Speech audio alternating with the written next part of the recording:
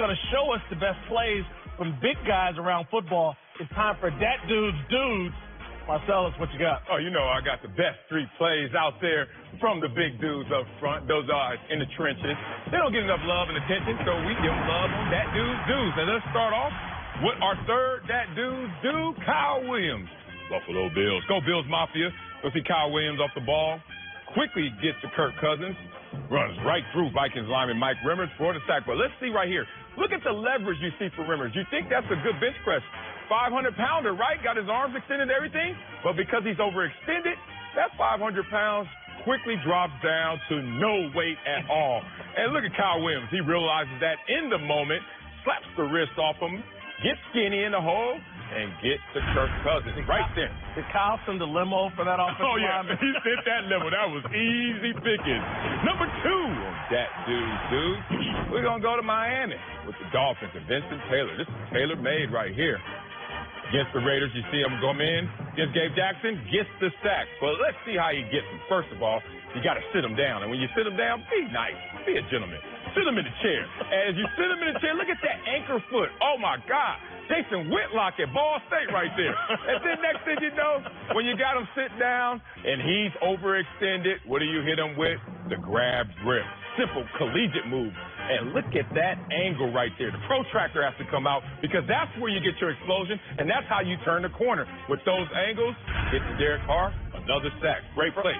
Surprised they didn't throw a flag for hitting the quarterback in the knee. I'm not talking to you right now. And the number 1 That Dude of the week is Matt Ioannidis. Oh, this Greek god of bull rush right here. You can see him hit Aaron Rodgers, and oh yeah, Lattimore. Watch this. He tries to do the Reggie White hump move. Pulls it off somewhat, but look at that angle, 112 degrees. And now, Brian Bulaga, once again, second time he's been on That Dude's Dude as a victim, gets caught on skates. And once you're on skates, it's time to break out the Billie Jean. It's time to moonwalk, brother, because he's going to have you going back because now he's in your chest. And you are going backwards. Look at that lack of power in that position. Time to send him to the sky because he's toast. Get him up out of here, please. Thank you very much. Shoot. He's gone. No power position. Walk him right back to Aaron Rodgers. Aaron Rodgers like my knee. Can you get him off of me, please? And once again, a sack on the play. Great play by Matt Ioannidis, the Greek god of bull rush. Once again, no offensive lineman highlighted. Come on, man. You got to get over that vibe. I'm trying. Talk to production. We're going to get this. We're going to get this. All right. That was awesome, Marcellus. All right. From some big dudes to some big stories, let's start in the NFL, where reportedly several members of the competition committee are uncomfortable with the sharp increase in roughing the passer calls this season, which have more than doubled from this point last year. And the members of the committee aren't the only ones unhappy with the rule, with people around the league expressing frustration, including Cowboys owner Jerry Jones. The way I see our future is I see a real serious emphasis on youth football, amateur football. I see it reflected at the high school level.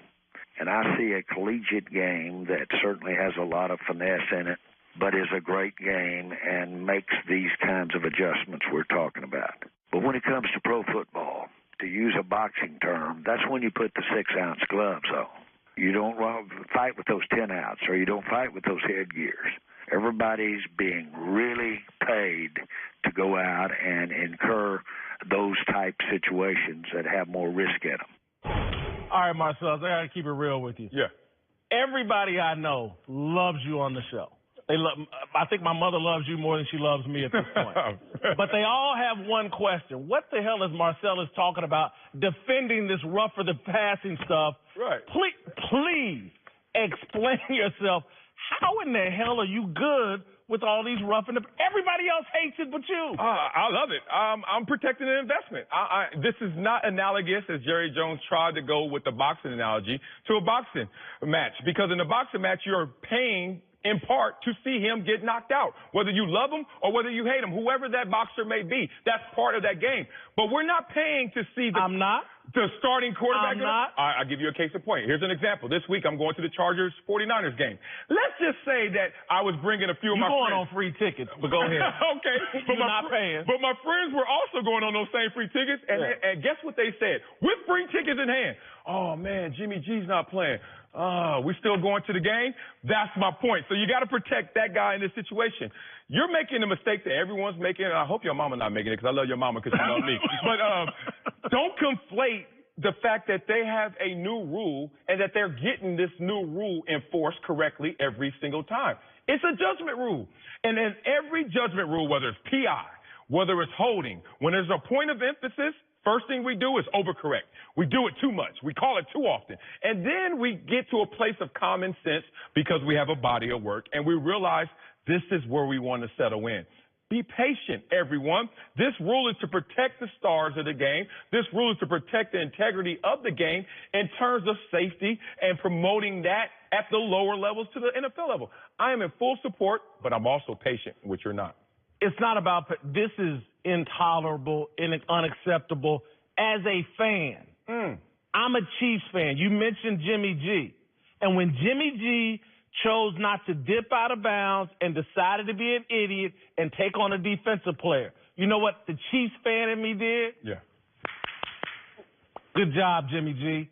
See you later. Nah, nah, nah, nah. Hey, goodbye. Right. All that. Out of the game, game over. I was happy about it. I'm crying no tears for San Francisco because Jimmy G was an idiot. I want to see quarterbacks play football. And in football, it's a contact sport. They need to be contacted. That's surviving that contact. I'm a huge Phil Simms fan. And he's not in the Hall of Fame, but I love the way he played because he would stand in the pocket and take that hit to deliver the football. Tom Brady, that's what made him so great early in his career. There's a part, they're taking that out of the game. It's like anybody now can play quarterback. Anybody can be the tough guy. And I just don't like it. It's not football. Okay, so Jason Whitlock was in on the Matt Castle 11-win season that didn't go to the playoffs. You were like, oh, yeah, Tom Brady down. I'm fine with that. Look, you're to be a Chiefs fan. I could be a Chargers fan. But we have to Voltron and be an NFL fan. And if you're the commissioner or you're on the executive committee or you're on the rules committee, you have to look out for the greater good, which is all teams, which is Jimmy G showing up in L.A. and he's on the sidelines is not good for the game. And you have to respect even that, protecting that investment. Quarterbacks. They don't even practice. Again, but their blood is no redder than mine or any defensive players. In practice, why they get more protection than everybody else? Or it's just to an extreme. Nobody agrees with you, Marcel. You're not on an island. Go to a practice. They wear a red jersey for a reason. As of now, nothing has been done about the rule, which was obviously obvious in Monday night's Steelers-Buccaneers game when the flags were flying to the tune of 4 roughing the passer calls. During the broadcast, the Monday night crew couldn't ignore the issue, and Jason Witten actually steered the conversation in a political direction. It's just gone too far with that rule. You know, it's just, and I felt that I knew they wanted to make it about the health and safety and protect these quarterbacks. It just seems like we just went a little bit to the left wing on that, you know, with our approach of trying to protect it because, as we said, not only the players frustrated, but the coaches. They don't know how to coach this, and that's when you have a challenge with this rule. All right, Marcellus, you have a problem with Jason bringing politics into this discussion. Yeah, I do. Look, one, I don't care if you're on the left. I don't care if you're on the right. Are you in the middle of your living room, in the middle of that television screen watching football? Yes. And if you are, you don't want this all of a sudden being part of the conversation when you're watching just some good football. So just a blanket statement, I want to go there.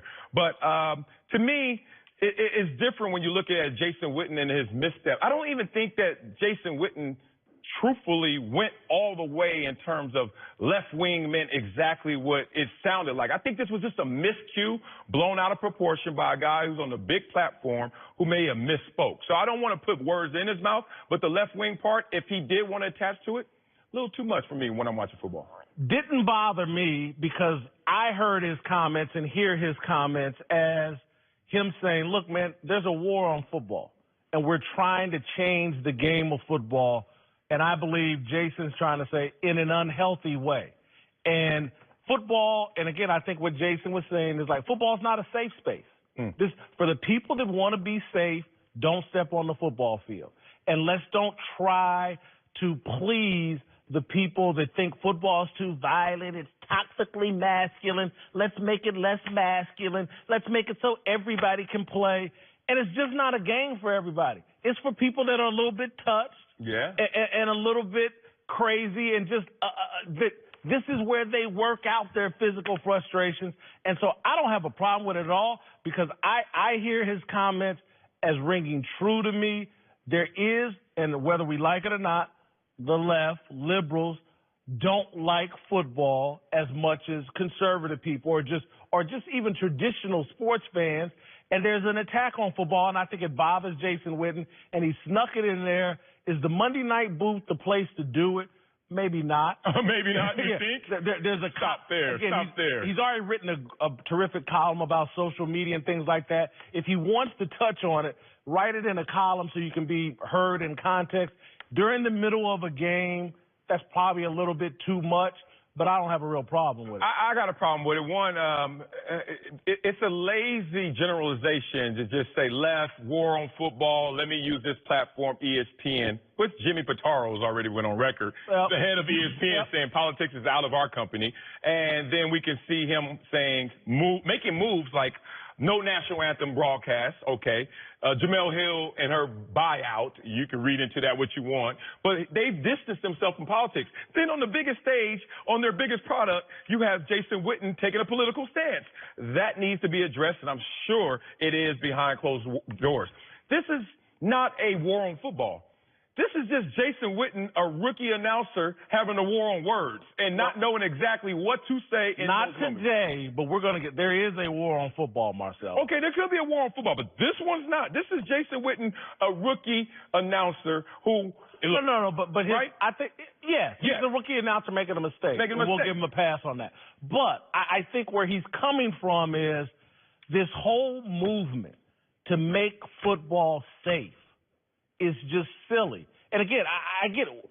We've gone too far with it. I don't want to say it's silly. How can you say safety is silly? You can still play football and be tough. People still going to get knocked out as safe as you make football. Just imagine the utopian version of football where it is what you say is the safest place possible. It's still hazardous to your health. Jerry Jones said it, I thought, expertly. Football is about the 6-ounce gloves. Don't put boxers. I don't want to see Mike Tyson fighting in 10, 12-ounce gloves. I want to see him in 6-ounce gloves knocking somebody out.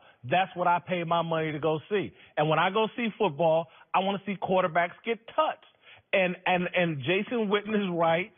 We've got this hysteria about concussions, and no other sports gets analyzed like football. And so we've gone to this extreme of we got to lay quarterbacks down. There's a great meme about laying a quarterback down and kissing him on the forehead. We've just gone too far. That's the next step.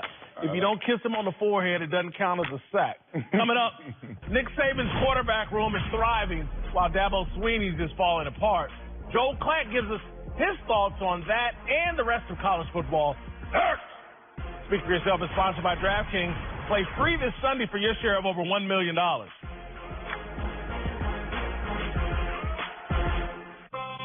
Susan wanted to turn the garage into a yoga